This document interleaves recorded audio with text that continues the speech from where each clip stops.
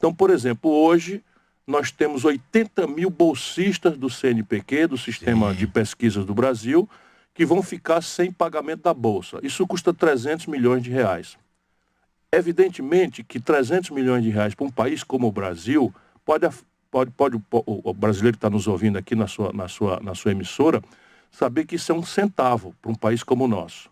Só para você ter ideia, o Brasil tem hoje quase R$1 trilhão no caixa do Tesouro Nacional e não está podendo aplicar esses recursos por causa da estupidez que foi a tal emenda 95 feita lá no Michel Temer, do governo Temer, e que nós vamos ter que revogar, adaptá-la, sei lá o quê, enfim. Mas, nesse momento, a contenção de danos faz com que a gente foque nisso. Tem que pagar a bolsa dos pesquisadores, senão você vai deixar 80 mil cientistas brasileiros sem poder pagar comida, e muitos deles estão no estrangeiro. Isso não tem nenhum cabimento. Não, e com o dano que vai se refletir durante anos e anos. E o dano é mortal, porque um país que não investe na ciência, na tecnologia, é um país condenado ao atraso e ao fracasso econômico. Então, eu estou dando 2 exemplos. Um é conter o itinerário do Bolsonaro. Você tem outras coisas contemporâneas. Por exemplo, o Bolsonaro está anunciando despudoradamente a manipulação da Polícia Federal. E aqui a gente tem que ter clareza, quem chefia a Polícia Federal é o presidente da República, não tem nenhuma dúvida disso, ele foi eleito, ele tem autoridade para chefiar. Mas trocar o superintendente da Polícia Federal porque estava investigando o envolvimento do filho dele com corrupção e com as milícias do Rio de Janeiro, isto já é obstrução da justiça, já é crime. Portanto, a gente precisa atuar, e são as 2 agendas das manchetes de hoje.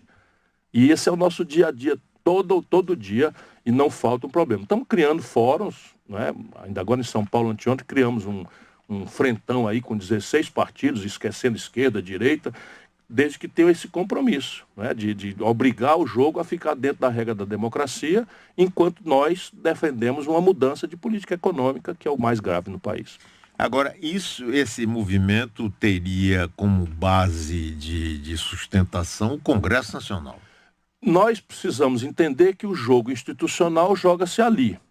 Mas se nós entendemos que a luta dentro do Congresso Nacional é nosso único campo de batalha, como se Bahia e Vitória fossem se enfrentar todo dia na Fonte Nova, não é? Nós vamos perder. Porque o jogo ali é quase sempre 4-1. Quase sempre 4-1 quando se trata do interesse popular. Por exemplo, nós perdemos a reforma da Previdência por 4-1. Aberrações, não é que não precisa de uma reforma da Previdência, mas esta que empurraram cobrou 83 de cada 100 reais do povo mais pobre, deixando os de cima até com privilégios aumentados, como aconteceu com o aumento dos militares. Portanto, a gente precisa criar outros campos de luta. E isso pede o povo na rua.